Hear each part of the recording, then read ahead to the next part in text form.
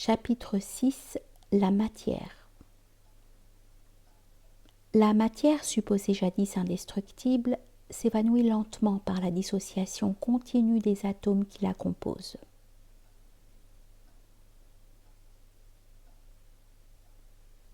Certains produits de la dématérialisation de la matière constituent par leurs propriétés des intermédiaires entre les corps pondérables et l'éther impondérable, monde profondément séparé par la science jusqu'ici.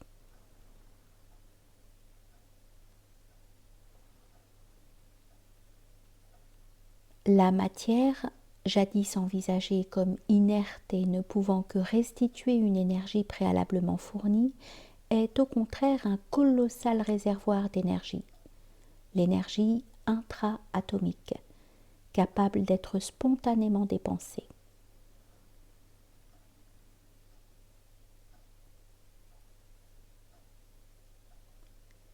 C'est de l'énergie intra-atomique, libérée pendant la dissociation de la matière, que résultent la plupart des forces de l'univers, l'électricité et la chaleur solaire notamment.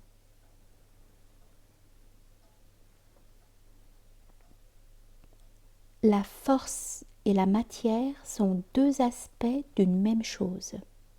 La matière représente une forme relativement stable de l'énergie intra-atomique. La chaleur, la lumière, l'électricité, etc. représentent des formes instables de la même énergie.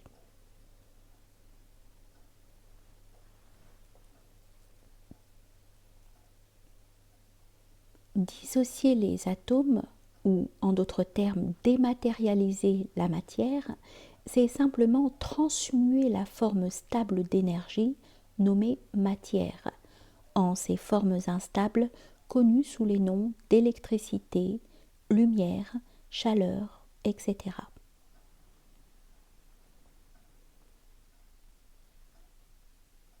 Les équilibres des forces colossales condensées dans les atomes leur donnent une stabilité très grande. Il suffit cependant de troubler ces équilibres par un réactif approprié pour que la désagrégation des atomes commence. C'est ainsi que certains rayons lumineux dissocient facilement les parties superficielles d'un bloc d'acier.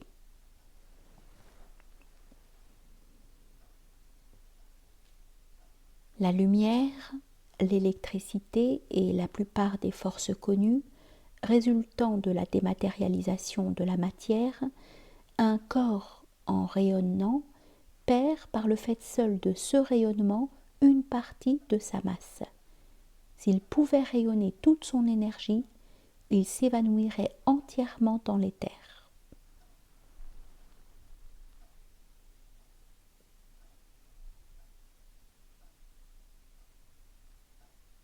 La matière se transmue en des formes diverses d'énergie, mais c'est uniquement sans doute à l'origine des choses que l'énergie put se condenser sous forme de matière.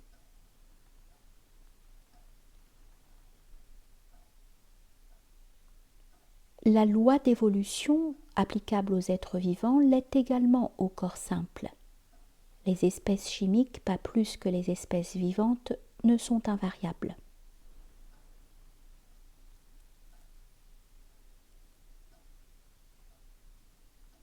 Les formes des êtres sont transitoires. Les forces qui les font naître semblent éternelles.